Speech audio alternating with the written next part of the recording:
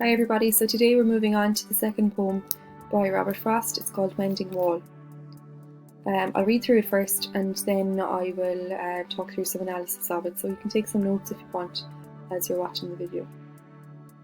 Something there is that doesn't love a wall, that sends the frozen ground swell under it, and spills the upper boulders in the sun, and makes gaps even two can pass abreast.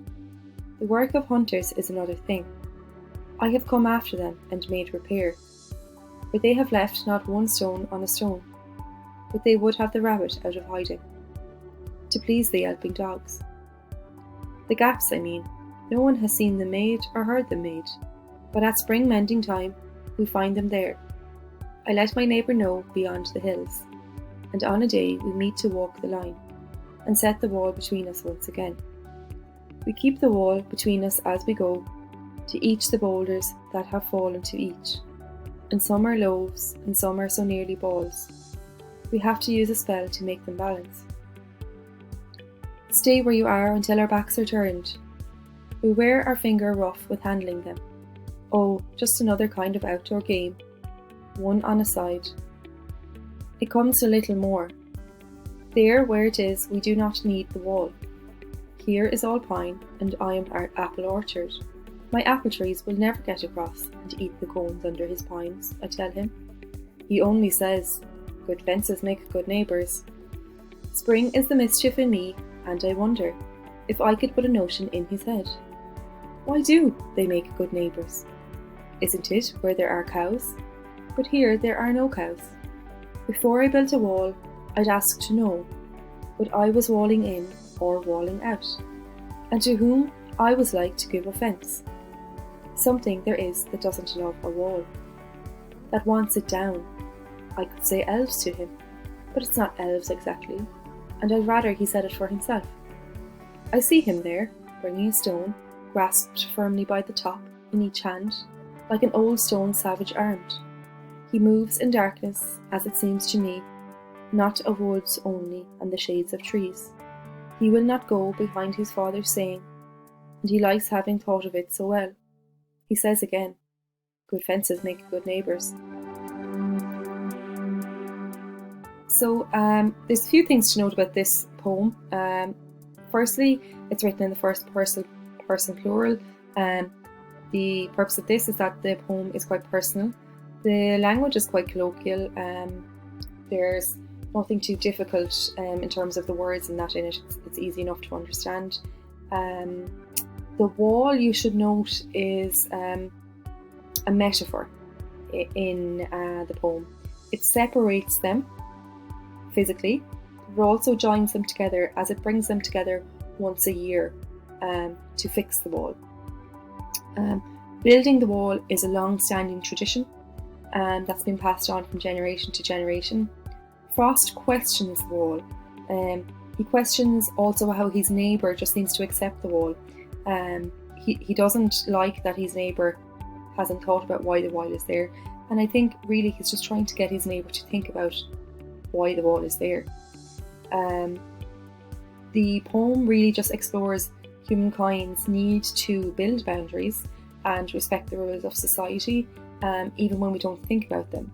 I think the wall really represents our inability to communicate with each other. Our social interactions really with each other are flawed. It's become so normal now to build a wall between your neighbours without questioning why it's even there. Would it be so bad if we all lived an open life and didn't have boundaries? And Frost, I think, is just really trying to get us to think about that. So I'll start from the beginning. As I mentioned, I suppose the wall is an ongoing metaphor throughout the poem, so just bear that in mind and how it can be interpreted on many levels, this poem, as we go through it. In physical reality, the wall separates them, and Frost doesn't really see the need for the wall because he mentions down here there are no cows. He doesn't see that, he has an apple orchard, this guy has a pine tree. He doesn't think that, his apple trees will ever get across and eat the pines that he says here. That's what he's talking about there. Physically, do we really need the boundary? So he's trying to get his neighbour to think about that here. That's what that's about. So I'll just go back to the top. So just bear that in mind as we go through it. The gaps between the walls here, they pass two abreast. That's how wide the gaps are. So the gaps there are really representing the physical distance that is between the neighbour, that perhaps actually represents the actual metaphorical distance that is there between them then as well.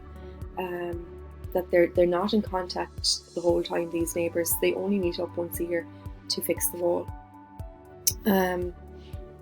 I think as well that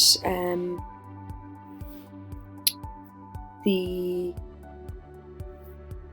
idea that the neighbour is he's never given a name, he's just referred to as a neighbour. I think that kind of hints at that as well, that he doesn't even know, well, perhaps he does know the neighbour's name, but he chooses in this poem to use the word neighbour. That's like, it's less personal. And he's doing that really to emphasise that he doesn't really know who his neighbour is. The first line of the poem is definitely quite mysterious. There's kind of something that's pulling them to insist on erecting the wall. They're kind of not sure why they build the wall. Well, Frost questions it, but he wants to get his neighbour thinking about why he has built it. The speaker of the poem definitely, they're repairing the holes of the wall that are that have happened due to hunters and that passing through. It's kind of a yearly ritual that they would do at spring mending time. They carry out the repairs together, the neighbour doing his side of the wall and Robert Frost or the speaker of the poem doing his side of the wall. It is worth noting that I think a tone of I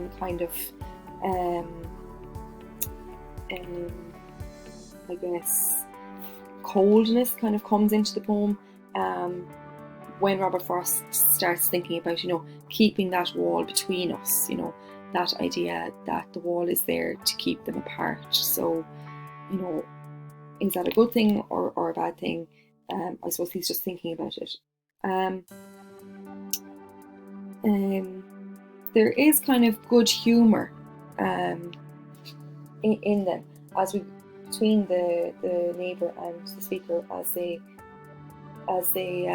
fix the wall. He kind of refers to it as down here as kind of an outdoor game. He kind of has a playful attitude, possibly even a little bit satirical. Frost doesn't really think that the wall is important, really. He does like to kind of joke about it, but his neighbour does think it's important, but he kind of does it. He's kind of a little bit mischievous here. Even he does mention himself, spring is the mischief in me, down here, when he gets the neighbour to think about why he is erecting the wall. So I guess the neighbour's attitude to the wall and Frost's attitude to the wall are in direct contrast to each other.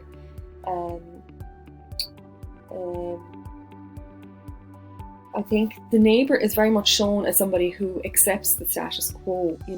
Even if we go to the final lines here, he wouldn't ever question what his father says to him about the wall. That just represents people who have gone before him, like how he wouldn't why they would put up the wall, whereas Frost does.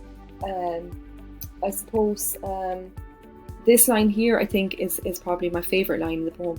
Stay where you are until our backs are turned. So that's Frost kind of joking, and they're having a bit of banter there between them. He's talking to the wall. Stay where you are until our backs are turned. He's kind of talking to the wall, and that's a kind of bit of banter, and there is a little bit of good humour there as well. So it's nice that I guess the wall kind of does bring them together in that light-hearted way as well. It kind of makes us feel as the reader that we're almost there with them in New England, watching them as the wall is being repaired. So that is my favourite line. I suppose he's directly talking to the wall. So I think Frost really accepts, I think, that walls are necessary in certain situations, such as containing animals. That's what he's referring to here. where there are cows. So of course, like, you know, fences are needed to keep cows apart and things like that. But I guess he does think that before you build a wall, you should ask, why are you building it, and what are you trying to, you know, keep apart. So we can see that Frost, while the language in the poem is very simple and colloquial, we can see that Frost does have a very independent mind, a very critical and questioning mind. While he does seem to be a considerate person, like he is kind of very considerate of his neighbour, and he doesn't want to offend his neighbour, he really doesn't. What he does want to do is kind of provoke thought in his neighbour. So he's hoping that he can kind of, you know, make him think about why they're building up the wall, you know, fixing it every year, when it's something that was done probably like back in the Stone Age, you know. Whereas people have evolved over time. Do we still need the wall?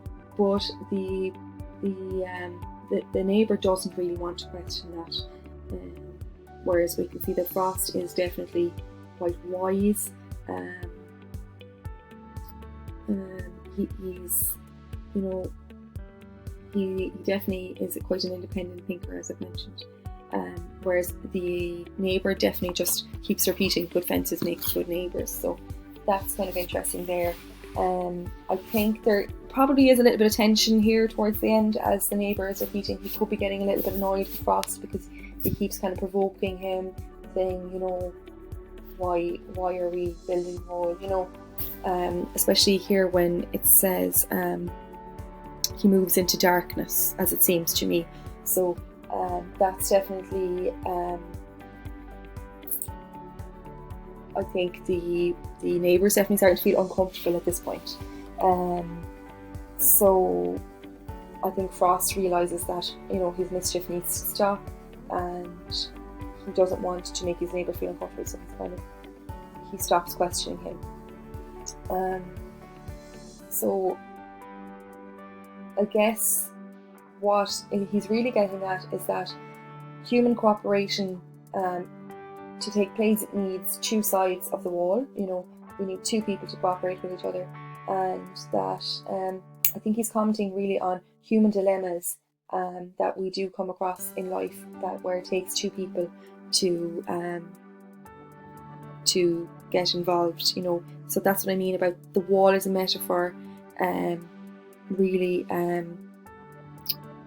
you know, while Frost's true motive, I think, is really to bring about change in his neighbours' thinking. He, you know, whether he's successful in that or not, we don't know. Probably not. But I think he is commenting on human interaction and how we need two people. There are humorous touches throughout the poem, definitely. Simple language, as I mentioned, and the wall definitely symbolises a wider sense, kind of how we should question traditions and things like that as well.